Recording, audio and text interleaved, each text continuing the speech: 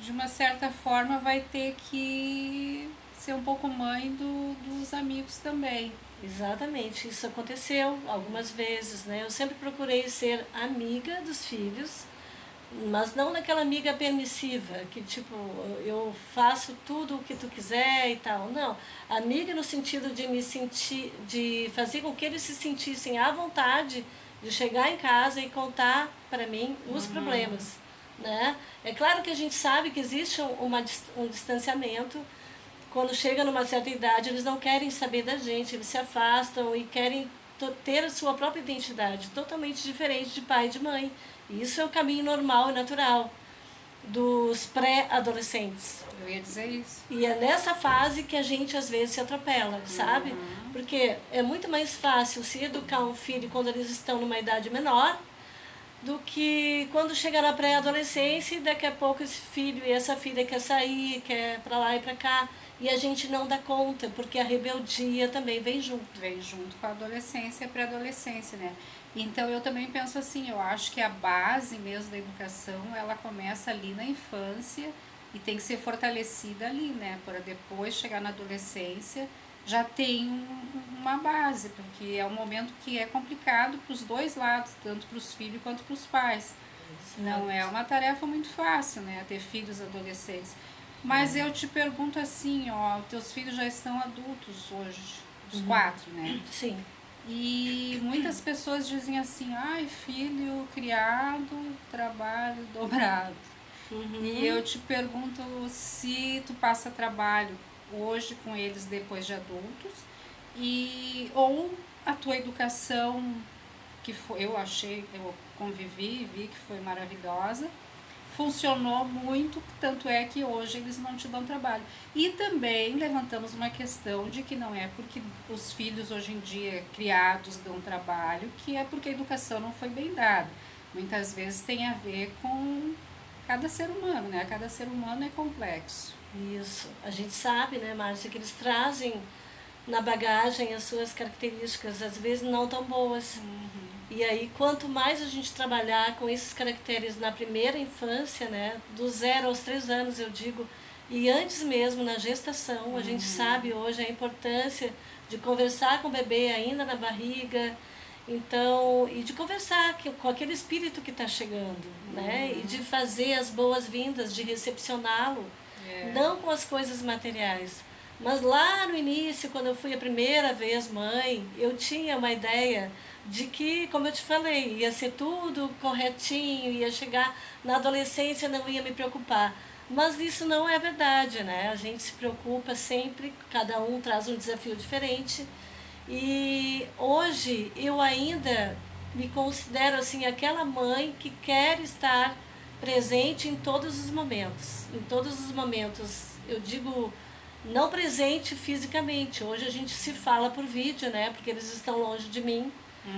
Mas antes mesmo de vir para cá, eu conversei com o mais velho, que está hoje com 29 anos, e ele está passando por um período difícil porque passou por uma separação amorosa, onde ele sofreu bastante e ainda está sofrendo.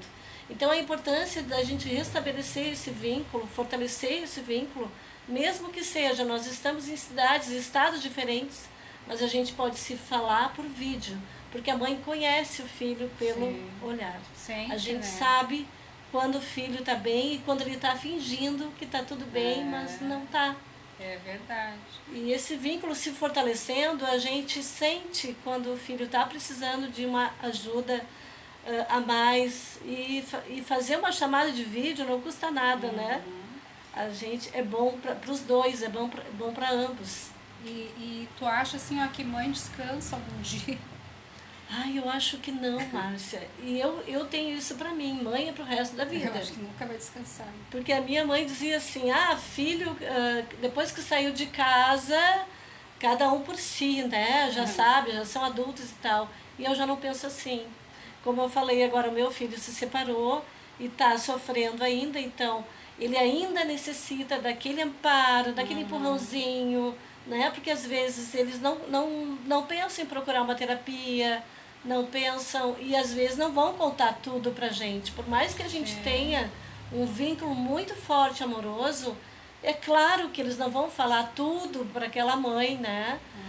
Como uma amiga ou um amigo que conhece eles mais profundamente, né? E tu concorda comigo que mãe tem uma ajuda extra do céu? Eu concordo plenamente. Eu sempre senti isso, tanto na gravidez quanto depois. Eu acho que a gente é muito amparado, muito mais do que a gente imagina. E é claro que no início a gente trabalha mais com a materialidade.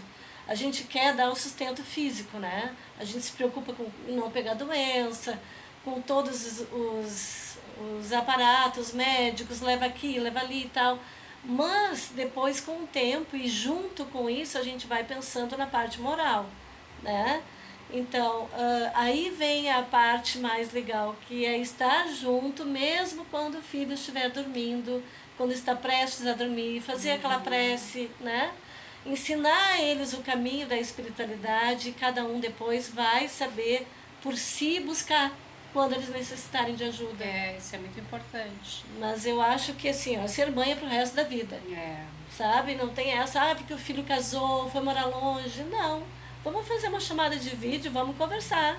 Que conselho tu poderia dar para mães que estão agora com filhos pequenos ainda e que estão cheias de conflitos e se sentindo muitas vezes culpadas, porque mãe, por mais que não devam, muitas vezes carregam culpas que não têm e com medo de errar?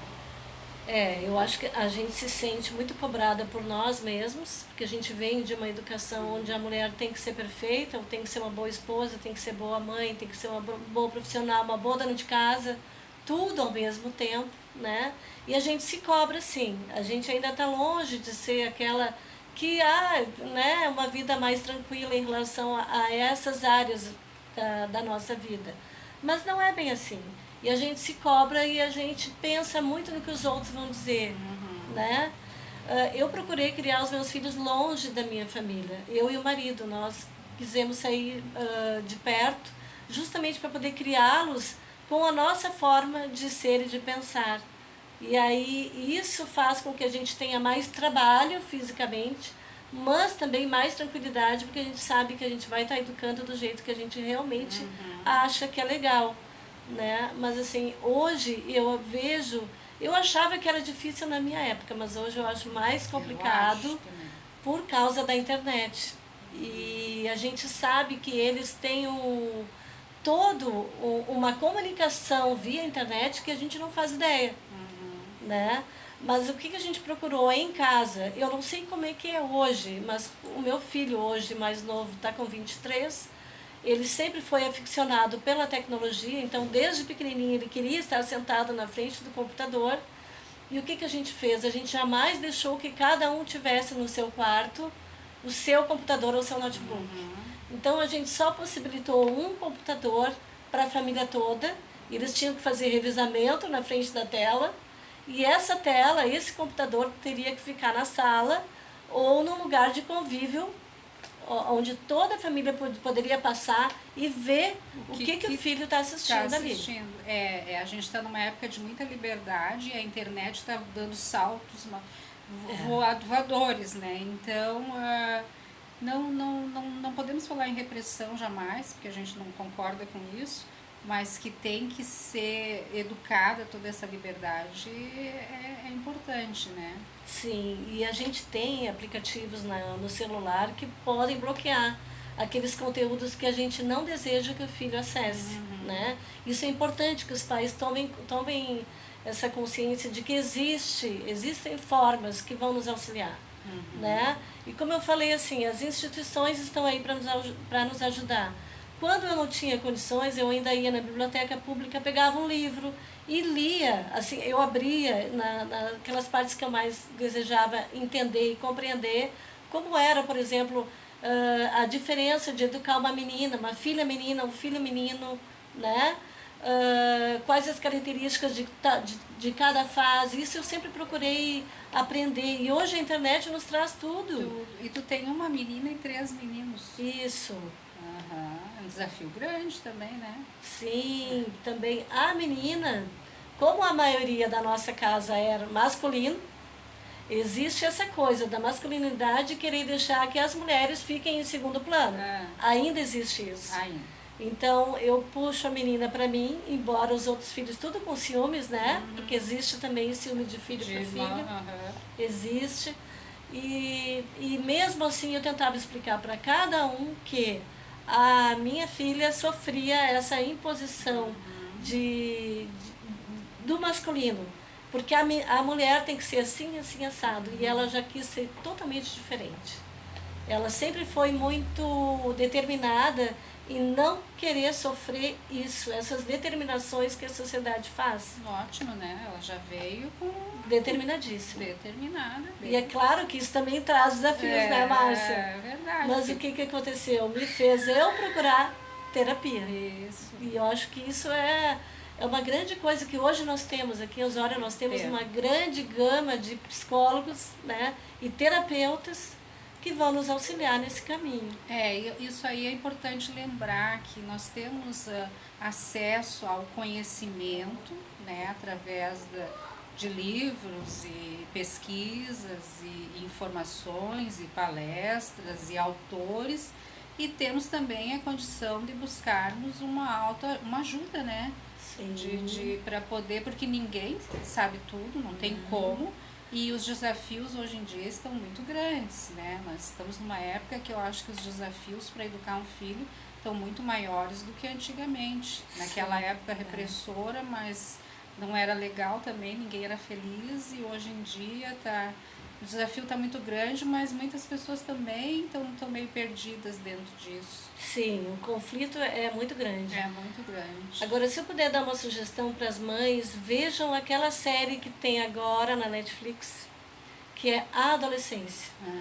Essa série são de 4 episódios só, e ela é bem recente, e ali os pais vão ver um universo bem diferente dos nossos filhos, o que eles veem hoje na internet, e como muitas vezes nosso filho está dentro de casa e a gente não conhece direito, a gente não sabe quais são as comunicações que eles estão tendo lá na telinha, e achando que estão dentro de casa, estão dentro do quarto, está tudo bem, e não está. Está protegido dentro de casa. Exato. Então tá, Liliane, gostei muito da nossa conversa, e tu queria dizer mais alguma coisa? Gostaria de dizer mais alguma coisa? Agora tu falou na questão do protegido, e isso é uma questão assim que a gente realmente se debate, né? Muitas vezes a gente quer proteger o filho dentro de casa, e eu não vou dizer que eu não sou essa mãe, porque eu sou, né? Eu sou daquela assim do tempo de levar na casa do amigo e de buscar. Eu seria assim também. Pois é, porque aí a gente vai ver como é que o filho está saindo da casa do amigo. Mas nem sempre eles gostam, né? Eu vejo com o meu sobrinho, eu sou muito de ficar em cima dele quando eu levo na escola, e ele diz: Dinda, me deixa sozinho, tu tá pagando mico, eu tô pagando mico. Então é meio complicado. Aí a gente acha que isso tudo é muito amor, a gente tem amor por eles, mas eles não se agradam muito com isso. Não, eu mesma não gostava mais. Lá do tempo que meu pai me levava na frente da escola e me buscava, eu morria de vergonha. Que mico nós pagávamos naquela época também. Eu fui fazer isso com a minha filha, e a minha filha fez exatamente a mesma coisa. Ela tinha pavor que eu fosse buscar na escola. E aí eu saía chorando, porque ela fingia que não me via. Mas e daí, assim, eu vejo assim, não é nesse caso, mas eu vejo que tem casos que tem mães que parece que não entendem, não é o teu caso, que tá dando um atestado pro filho de que ele não é capaz de fazer a coisa sozinho, porque a mãe tem que ir junto, tu entende? Eu acho que é isso que passa na cabeça deles. A minha mãe tá achando que eu não sou capaz, por isso que veio me vigiar. Minha mãe tá achando que eu vou fazer coisa errada, por isso que veio me vigiar. Então eu acho que para eles é complicado mesmo. Sim, e eles morrem de vergonha dos colegas, que os colegas, os pais não vão buscar. Né? Eu levava meu sobrinho na escola e eu ficava atrás dos pilastros para ver o que ele estava fazendo. Que mico, isso nunca mais eu vou fazer, onde é que se viu isso? Mas eu achava assim que eu estava protegendo ele muito. Até que ele me xingou, um dia ele me xingou, ele disse: não faz mais isso, que eu estou pagando mico com meus colegas.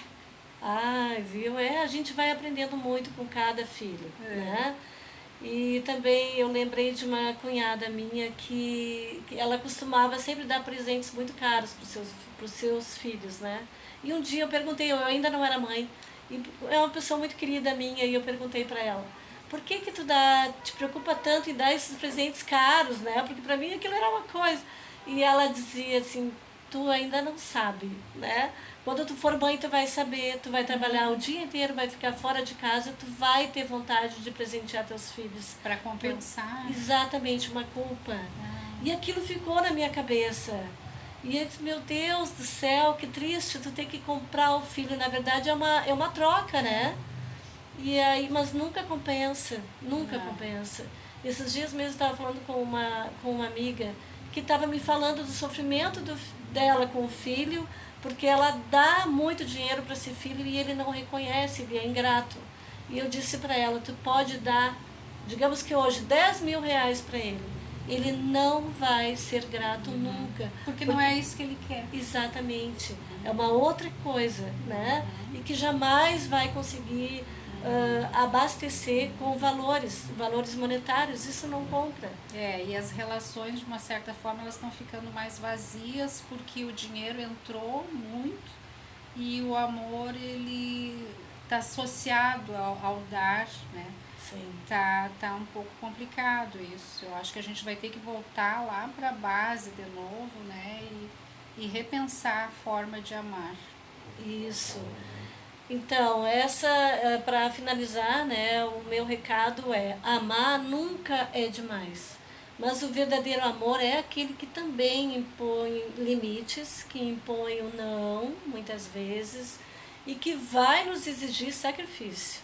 É renúncia mesmo, renúncia de si mesmo, abnegação, ou seja, muitas vezes a mãe vai ter que acordar de madrugada, vai ter que buscar o filho nas festas, vai ter que sentir o cheirinho quando entra na porta, para sentir o que, se ele está usando, se usou alguma coisa ou não. A gente não pode impedi-los de sair, de fazer festa com os amigos. Fazer as experiências, né? Exatamente. Mas a gente pode monitorá-los, né? Jamais faltando com respeito também. Sou totalmente contra o bater, né?